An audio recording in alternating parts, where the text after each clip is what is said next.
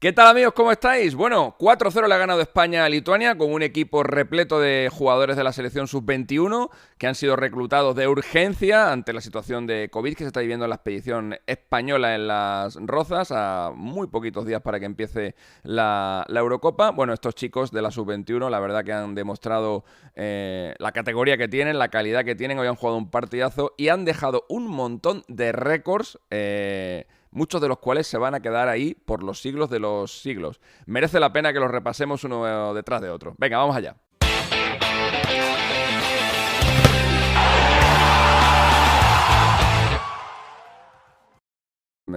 Álvaro Fernández, Óscar Gil, Mingueza, Guillamón y Cucurella, Zubimendi, Gonzalo Villar, Manu García, Brian Gil, Brahim Díaz y Abel Ruiz.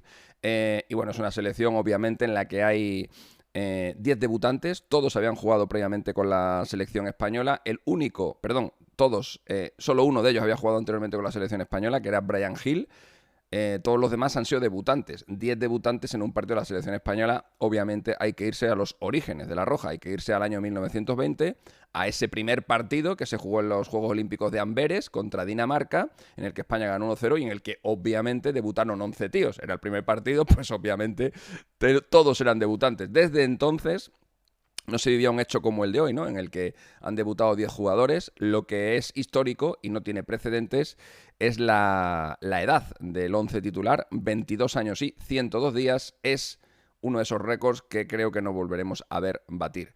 Es el 11 inicial más joven en toda la historia de la selección española. Estamos hablando de 101 años de historia y bueno, este 11 evidentemente, insisto, salvo que se vuelvan a dar unas condiciones como las de hoy, que esperemos que no, crucemos los dedos, esto no va a volver a pasar. Esto no va a volver a pasar, así que quedará para los restos, que un día como hoy, un 8 de junio de 2021, vimos a España jugar con 11 chavales que apenas promediaban 22 añitos de edad.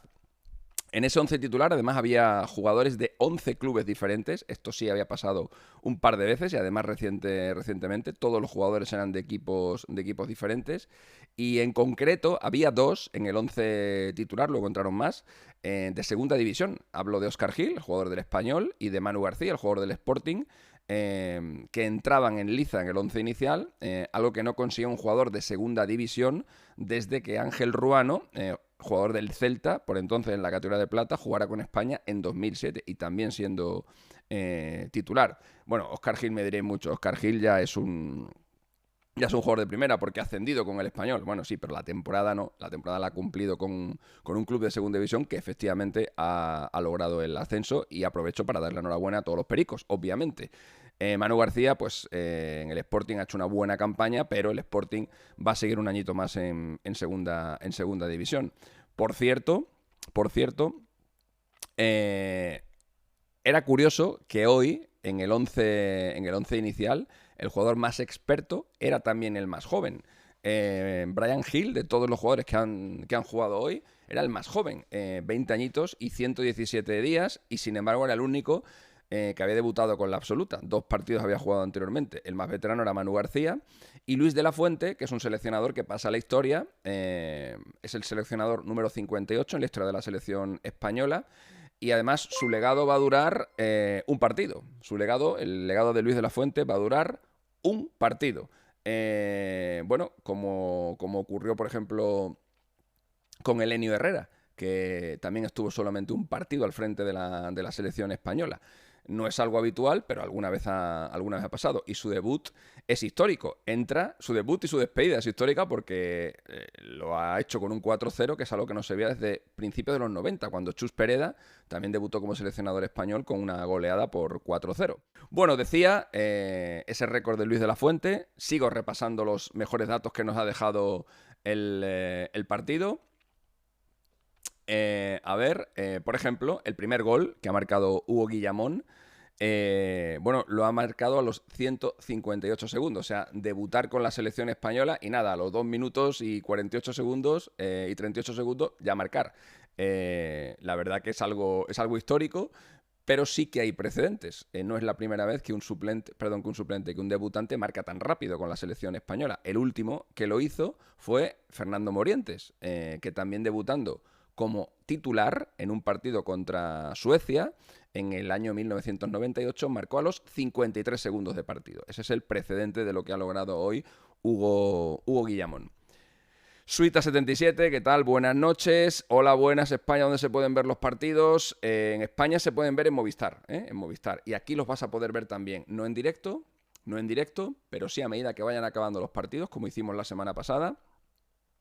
Iremos poniendo aquí las imágenes de los partidos para que los podáis ver y para que los podáis disfrutar. Así que los vais a poder aquí ver todos los goles, todo lo que se marque esta noche. Aquí lo vais a tener, las imágenes, gracias a nuestro acuerdo con Conmebol y con CONCACAF. Así que no desesperes. Si lo quieres ver en directo, ponte Movistar y nos escuchas a nosotros, porque vamos a tener aquí narraciones de todas las partes del mundo y lo vamos a estar siguiendo todo al mismo tiempo, pero puedes tener las imágenes y luego en diferido, nada más acabar los partidos, lo vas a poder ver aquí absolutamente todo.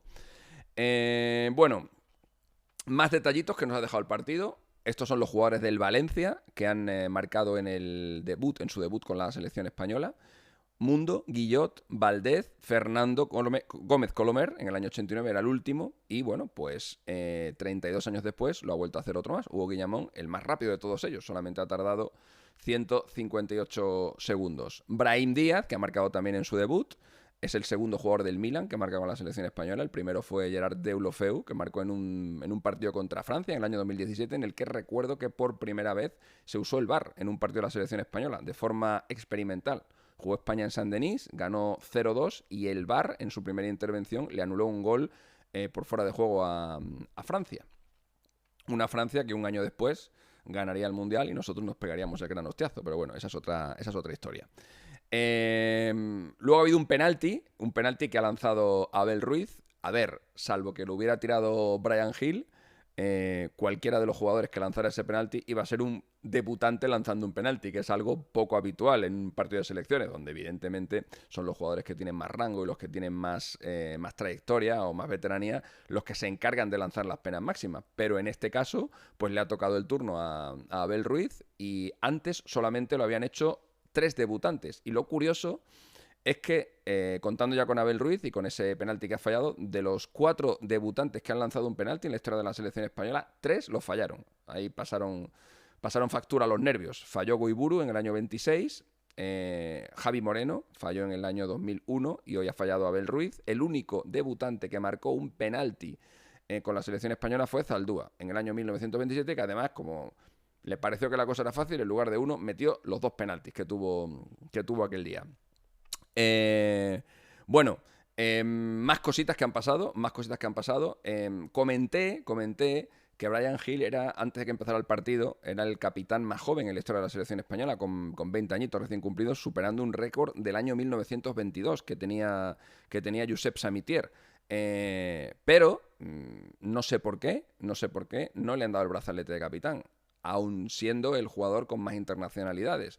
En España, cada selección tiene sus criterios, pero el criterio que se sigue en la selección española es que el jugador con más internacionalidades sobre el campo es el que tiene que portar el brazalete. Intuyo que se han tenido en cuenta las internacionalidades con la sub-21. Intuyo eso. Pero si este era un partido de la absoluta, se tenían que haber tenido en cuenta las internacionalidades con la absoluta. Y por tanto, Bryan Gil tendría que haber portado el brazalete y haber batido ese récord de Josep Samitier. Pero no ha sido él el que lo ha portado, sino Cucurella, que luego le ha dado el brazalete a Pozo. Luego ha entrado Pozo en el segundo tiempo y le ha dado el brazalete Cucurella y por tanto los 2 capitanes hoy de España han sido en el primer tiempo Cucurella y en el segundo tiempo Pozo, así que este récord que habíamos anunciado antes del partido se va al carajo. Por cierto, aquí recuerdo a modo de anécdota la última vez que en un partido de la selección española el jugador con más internacionalidad sobre el campo titular no llevó el brazalete capitán. Fue en un partido jugado en el año 2009, en el mes de agosto, y en el que Xavi era el jugador con más internacionalidades, pero le cedió el brazalete al capitán de su equipo, a Puyol, que era el capitán del Barça, y aquel día le dijo, bueno, eres el capitán de mi club y también vas a ser el capitán hoy de mi selección. Y se lo cedió gentilmente, aún teniendo una internacionalidad más. Ese es el precedente de lo que ha pasado hoy. A ver... Más cositas que han sucedido hoy, ¿Qué ha pasado aquí? Que se me ha ido aquí el tema. Ah, vale, ya está por aquí. Que se me ha ido aquí un poquito el asunto. A ver, vale. A ver, vale, otro detallito. El tercer gol lo ha marcado Miranda.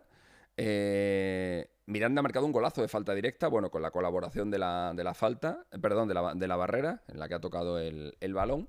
Y así como curiosidad, el último debutante con la selección española que marcó de falta directa en un partido fue Mariano Pernía, en un amistoso que se jugó contra Croacia en las vísperas del Mundial de Alemania, en el que Pernía, argentino, nacido en Argentina, fue titular con la selección española.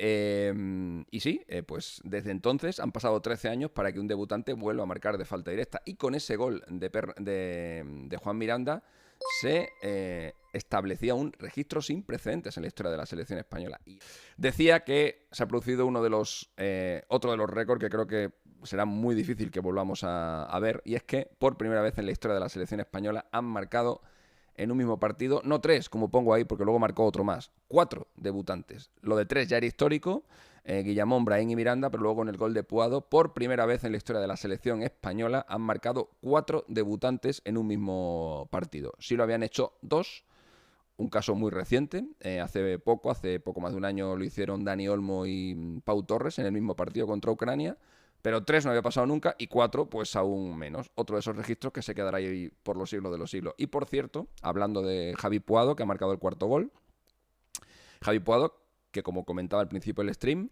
ha pasado toda la temporada en el Español, ha hecho un temporadón, es un jugadorazo, y ha ascendido con el Español, pero Javi Puado hasta que empiece la próxima temporada es jugador de segunda división, o al menos ha venido a esta convocatoria de la selección como jugador del Español, como jugador que ha pasado la temporada en segunda división. Y el último jugador de segunda división que marcó con la selección española, algunos lo recordaréis, los más veteranos, fue Thomas Christiansen, un jugador rubito de origen danés que jugaba en el filial del Barça y que luego subió al primer equipo. Pero mientras era jugador del Barça, en el año 93... marcó en un partido contra, curiosamente, el mismo rival que tenía hoy España, contra Lituania. Es decir, los dos últimos jugadores de segunda división que han marcado con la selección española, Puado y Thomas Christiansen, con 28 años de diferencia entre uno y otro, curiosamente lo hicieron contra el mismo rival, contra Lituania. Bueno, pues nada, esos son todos los datos que nos ha dejado este partido histórico que ha jugado la selección española.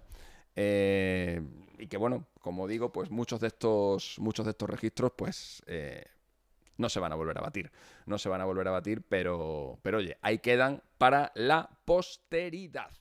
Chip, chip, chip, él es Mr. Chip. Chip, chip, chip, él es Mr. Chip. Chip, chip, chip, él es Mr. Chip, el estadista del fútbol.